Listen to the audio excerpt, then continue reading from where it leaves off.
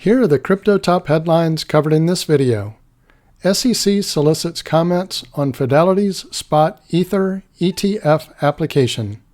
Next, U.S. regulators doing good job of alienating crypto sector, says Cardano founder. Also, courts will provide good guidance for crypto, says CFTC commissioner.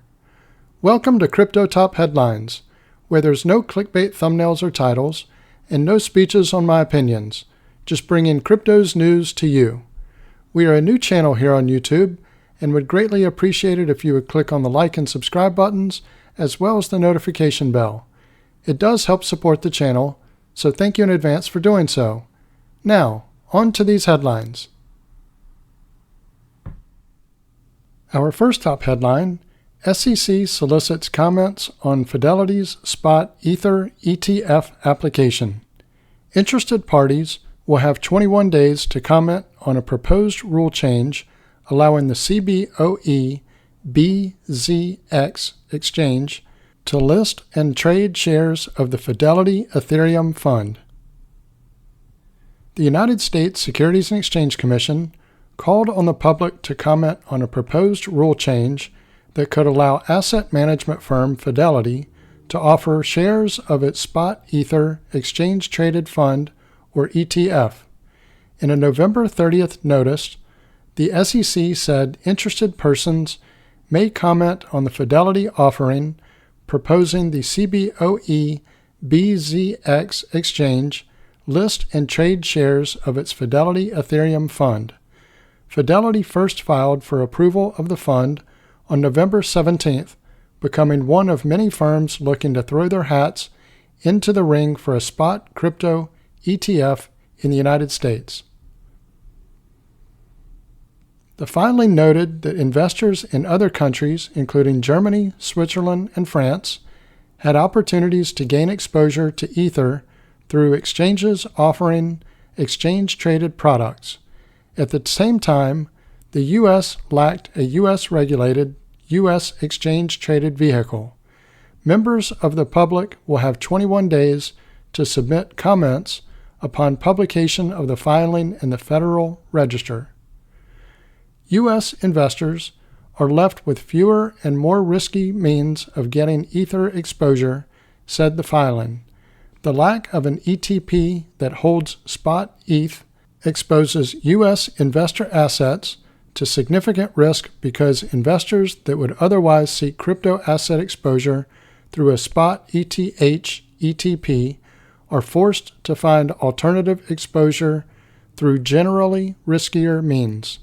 The filing added, approval of a spot ETH ETP would represent a major win for the protection of U.S. investors in the crypto asset space.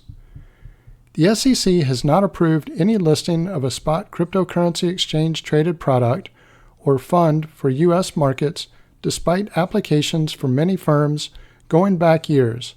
Exchanges began listing and trading shares of ETFs tied to Bitcoin futures in October 2021 and debuted 9 Ether futures ETFs in October 2023. Many reports and experts have suggested the SEC could be nearing a decision on a spot crypto ETF for listing on U.S. markets. It would be one of the most significant positive trends toward mainstream crypto adoption if approved.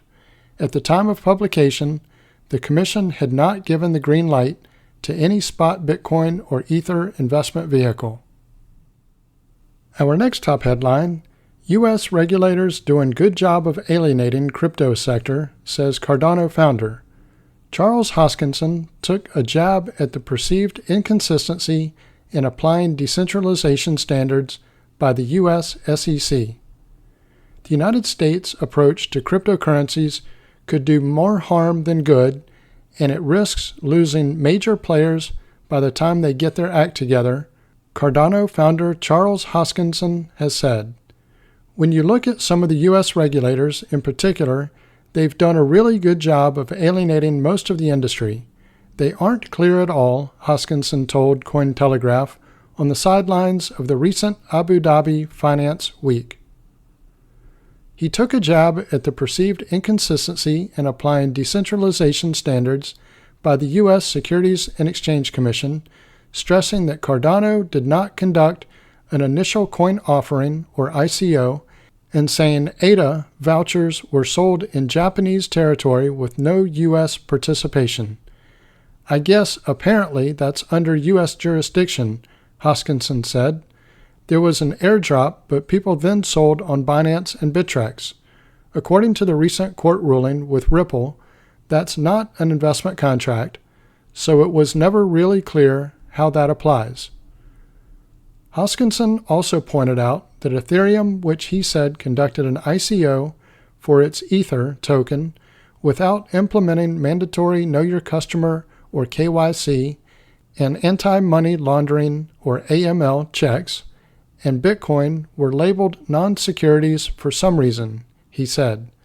There are a lot of facts and circumstances that are insanely ambiguous, and it seems like it's just the monster of the week. And if they can't have success with a layer 1, like Ripple, then they go hit the exchanges. That's not really a well-formed policy. On November 20th, the SEC filed a complaint in a federal court alleging that crypto exchange Kraken commingled customer funds and failed to register with the regulator. In the complaint, the SEC listed 16 cryptocurrencies it considered securities, including ADA. Hoskinson contends that the registration process with the SEC is vague and it's not possible to actually operate these systems in a reasonable way, he argued. How can any issuer understand who holds the cryptocurrency when they have no control over the distribution? How can you do KYC and AML on every single person in an open, decentralized protocol? If the issuer goes out of business and the protocol still operates, what happens? Who registers? Asked what he wants to see from regulators, Hoskinson said they have to introduce clear, unambiguous policies and implement an open-door policy between the crypto industry, regulators, and legislators to resolve issues and, if necessary, update laws to reflect emerging technologies.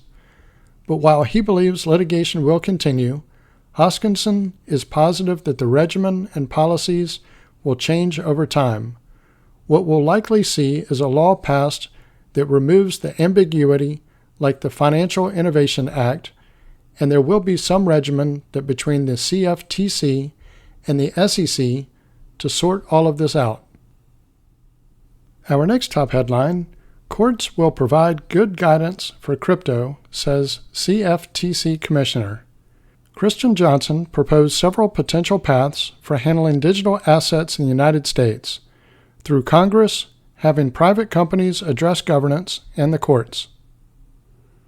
Christian Johnson of the United States Commodity Futures Trading Commission, or CFTC, said there are many ways of handling cryptocurrencies in the country, but legislating through courts could provide a solid, if slow, path.